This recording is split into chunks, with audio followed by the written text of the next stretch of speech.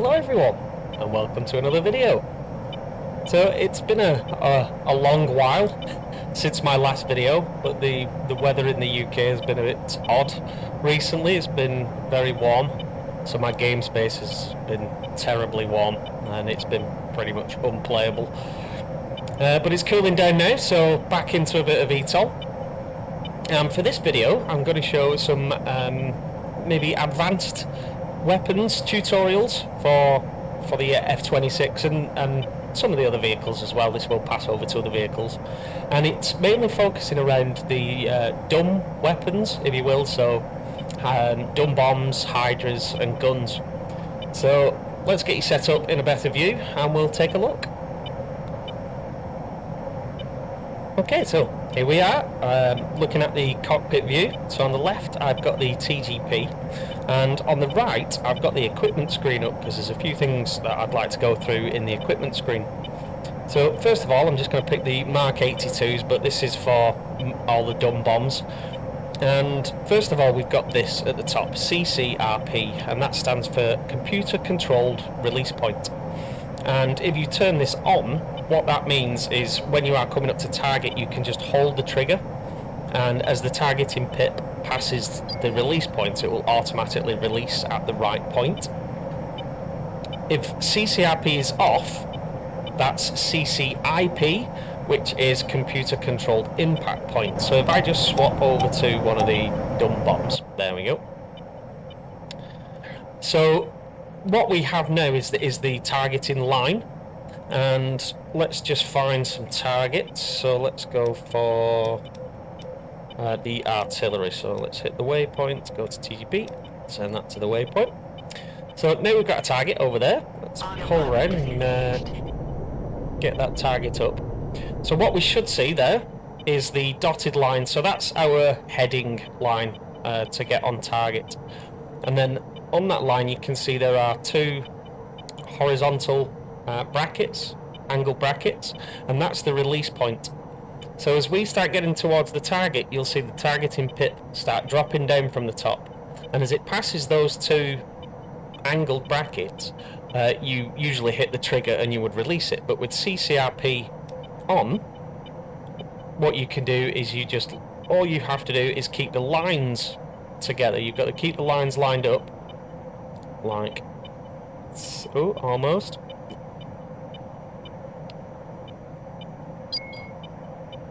So, like that, and then from there I just hold the trigger, and once we get to target, so it might take a little while, it will release on its own. So again, all I've got to do is just make sure I'm heading on that line. Let's speed up a little bit because we are a little way away. Now the circular reticle down there that we can see through the hood, that is the CCIP point, the Computer Controlled Impact Point, and that's where it thinks the bomb, is going to hit, and we're going to use that next. I'll show you something we could do with that. So once again, just got to make sure I've got my lines together as close as possible. So the vertical lines are your accuracy on target, and then as we see here, and it released all on its own. So let's just slow down, we'll pull around and let's get a good view on target, see if we get good impact. So there's our target. I'm not quite sure where our bomb is. Let's not get too slow so we don't stall. But it looks like the one in the corner we're going for, and there we go, perfect hit. So that was CCRP, Computer Control Release Point.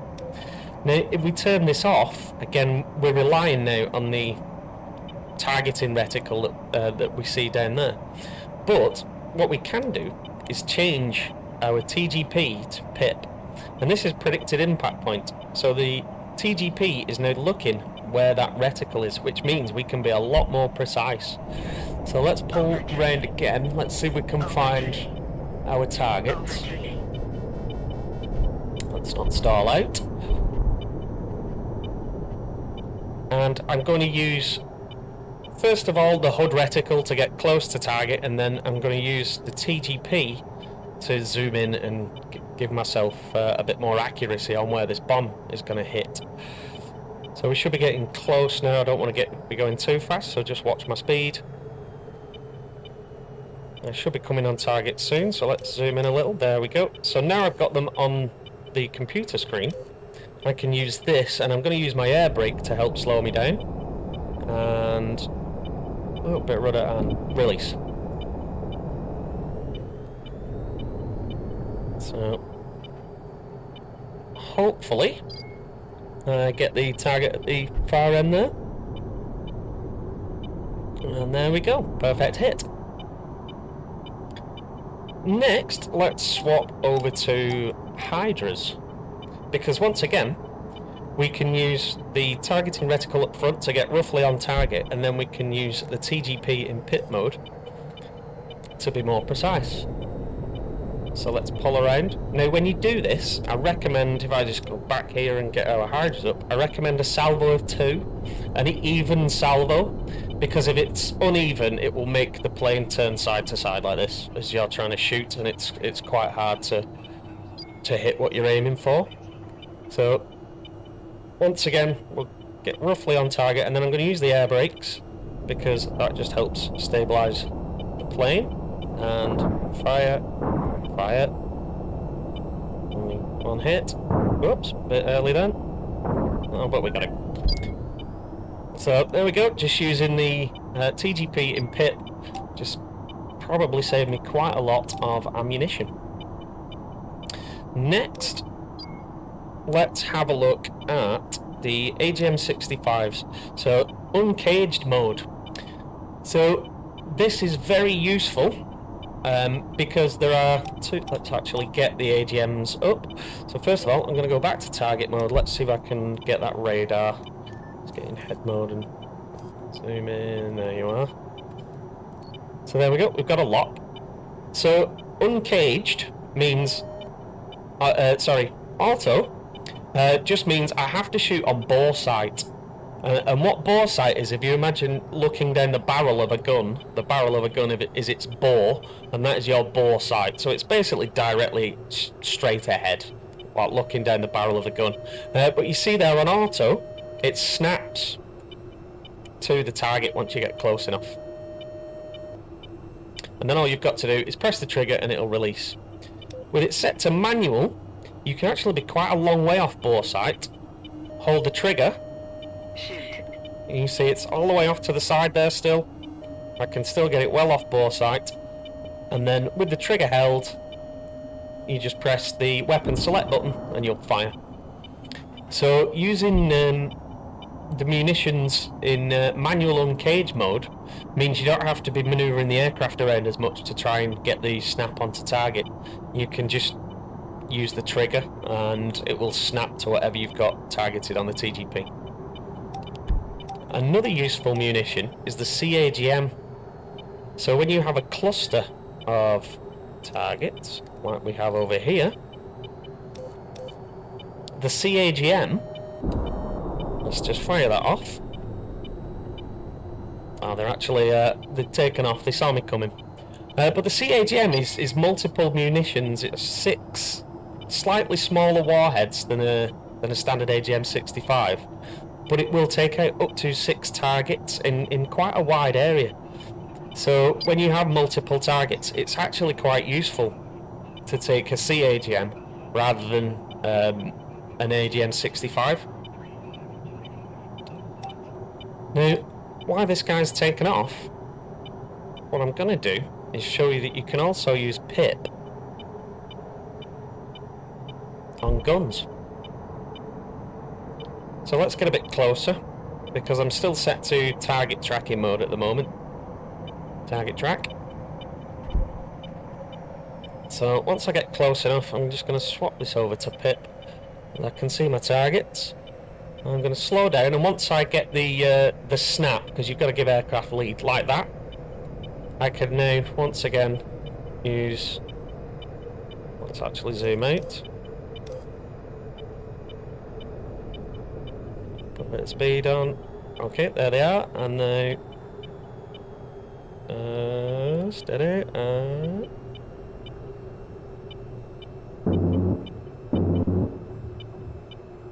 So that was one. Was the next one. So I need to get the snap. There we go. Once he's snapped, again I can go to PIP. Oops, nearly. Let's come back around. Just a bit low. Landing gear. Landing gear.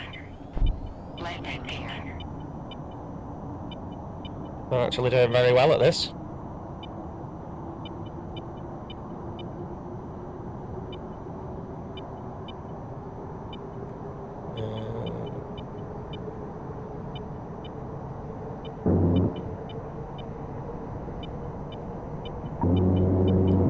There we go, got him that time. Right, next, what we have, so that's, once again, just go through what I went over there. So we've got PIP, predicted impact point, so good for Hydras, dumb bombs, even guns. Usually better when you're going against ground target with guns rather than air targets, but just to show you can use the PIP with guns. We also have uncaged mode when we're using air-to-ground guided munitions. Again, having it on manual just means you have a further snap range, really. You can shoot off bore sight a lot easier. The CAGMs, again, very useful.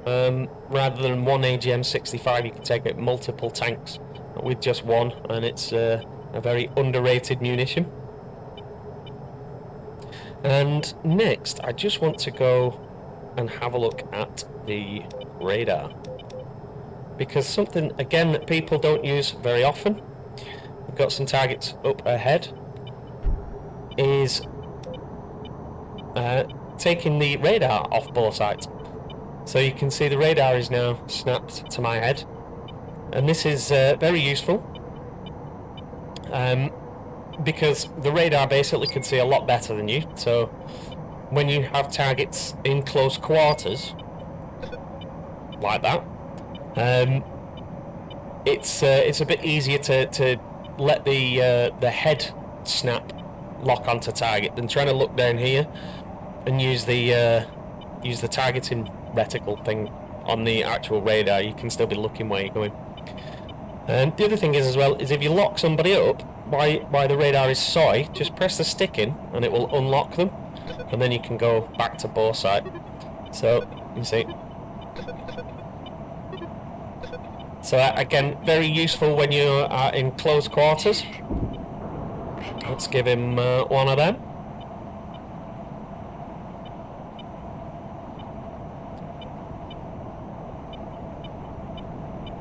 And splash. No, not splash. We got a hit. And one last thing to show you is Mad Dog.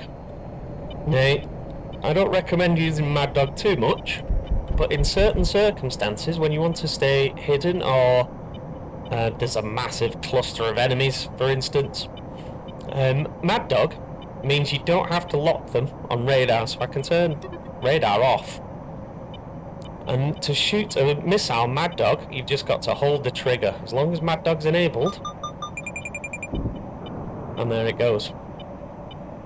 So that should lock on, all on its own, no radar lock, and boom. So that's Mad Dog.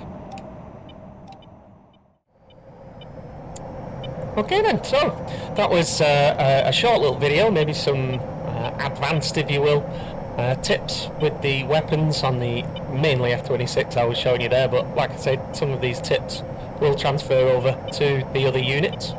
So hopefully some of you will find that useful.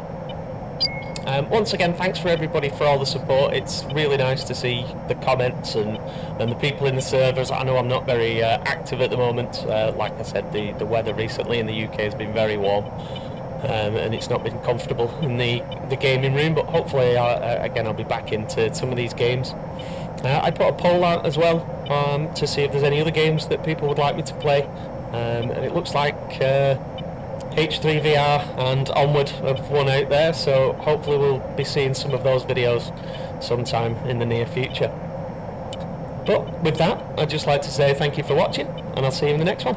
Bye bye.